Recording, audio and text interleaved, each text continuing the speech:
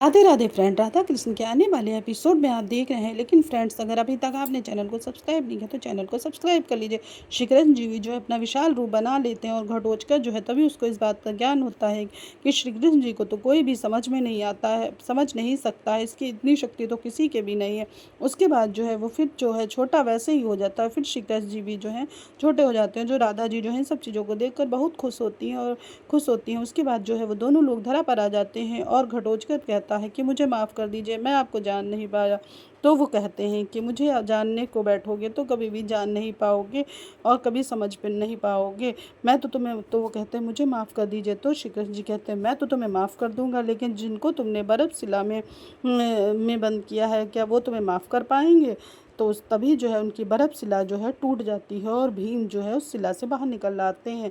तभी जो है वो कहते हैं कि तुमने मुझे छल से जो है बर्फ़ शिला में बंद कर दिया है। मैं वचन लेता हूँ कि मैं तुम्हें, लेकिन तभी जो है हिडिंबा आ जाती है और कहती हैं रुक जाइए स्वामी। उसके बाद वो श्री कृष्ण जी कहते हैं कि तुम्हें भीम जरा सी भी इस बात के, जो मनुष्य तुम्हारी तरह बलशाली है, क्या वो तुम्हारा भी तो रक्त हो सकता है?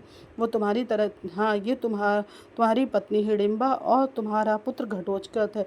यह बात सुनकर जो है भीम जो है बहुत आश्चर्यचकित हो जाते हैं। श्री कृष्ण जी जो ये बातें जो है भीम को बताते हैं। भीम को इस बारे में कुछ भी ज्ञान नहीं था कि ये उनका पुत्र जो है घटोत्कच हो सकता है, घटोत्कच हो सकता है। घटोत्कच भी जो है अपने पिता से माफ़ी मांगता है। उसकी माँ जो है तभी बताती है, कहती है हाँ, ये जो है हिडिंबा और इनका पुत्र जो है घटोत्कच है।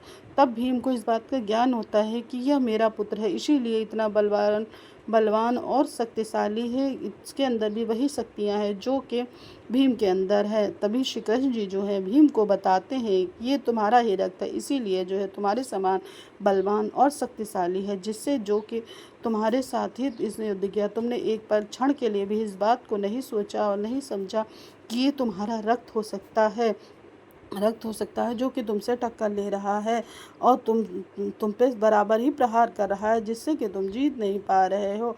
तब जो है भीम को इस बात का ज्ञान होता है और जो भीम भी जो है इस बात को समझ पाते हैं कि हाँ, ये मेरा पुत्र है। हिडिंबा भी इस बात को आकर बताती, कहती स्वामी, मुँह से ऐसी कोई बात नहीं निकालना चाहिए जिसके भविष्य में हमें पछताना पड़े, और कभी कभी मुँह से निकली हुई बात जो है सत्य हो जाती है। इसलिए जो है स्वामी ऐसा कुछ भी ना बोलिए, ना ऐसा बोलना चाहिए, ये जो है आपका ही पुत्र है।